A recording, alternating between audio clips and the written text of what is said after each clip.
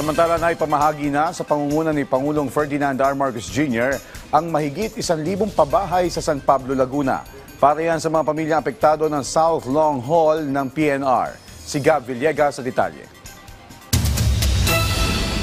Pinangunahan ni Pangulong Ferdinand R. Marcos Jr. ang pag-award sa mga bagong housing unit ng National Housing Authority sa St. Bart Southville Heights sa San Pablo City sa Laguna. Present sa nasabing seremonya ang ilang opisyal ng pamahalaan, gayon din ang mga local chief executives. Aabot sa 1,999 na mga housing units ang ipagkakaloob sa mga benepisyaryo na maaapektuhan ng pagtatayo ng segment 2 to 7 ng South Long Haul Project ng Philippine National Railways. Nasa 800 pamilya ang unang nabiyayaan ng mga units ngayong araw.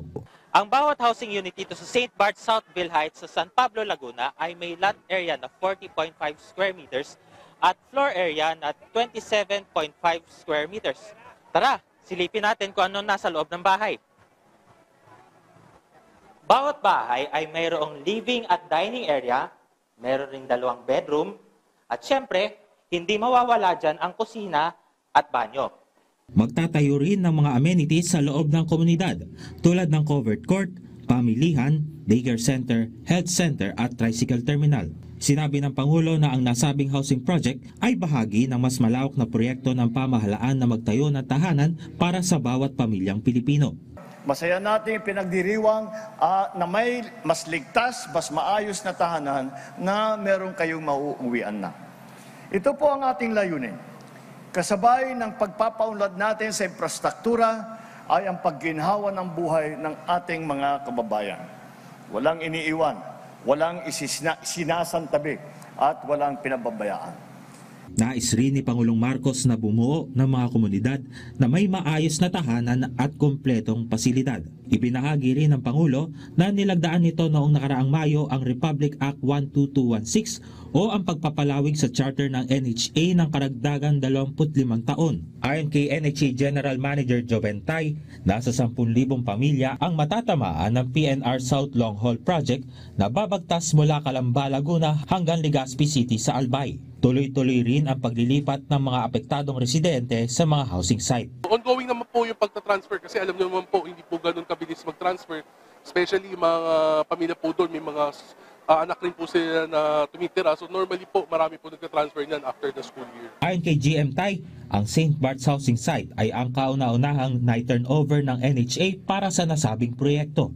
Mayroon pang 8 housing project ang nakapila para sa mga residenteng apektado ng South Long Haul Project ng PNR sa Quezon.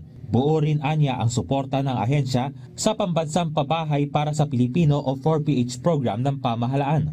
Para naman kay San Pablo City Mayor Naji Gapangada, malaking tulong ang pabahay para mabawasan ang mga informal settlers sa kanilang lungsod, kung saan nasa 7,000 pamilya ang wala pa ring sariling tahanan. Meron na po kaming in-identify na ilang lote ng city government that we will allot for housing po para magkaroon pa ng mga tahanan yung marami pang walang tahanan dito sa atin.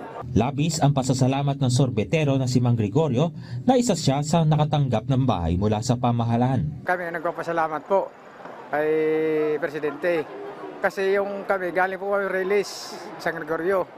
Dito po kami dinala. Kaya kami nagpapasalamat kay Presidente. Masaya rin ang isa pang benepisyaryo na si Renalyn. Hindi na anya sila mag-aalala sa pagtira sa tabi ng Riles. Masaya po kasi magkakaroon na kami ng sarili naming bahay na hulugan. May pakiusap naman ang Pangulo sa mga bagong homeowners. Kaya ang pakiusap na lang sa inyo, alagaan naman ninyo ang mga tahanang ito at mahalin ninyo ang inyong komunidad. Magtulungan at pairalin ang malasakit sa bawat isa. Panatilihing malinis, ligtas at maayos ang St. Bart's. Patunayan ninyo na kayo ay ang mga bagong Pilipino. Pilipinong disiplinado, mahusay at may pagmamahal sa bayan. Gab Villegas para sa Pambansang TV sa Bagong Pilipinas.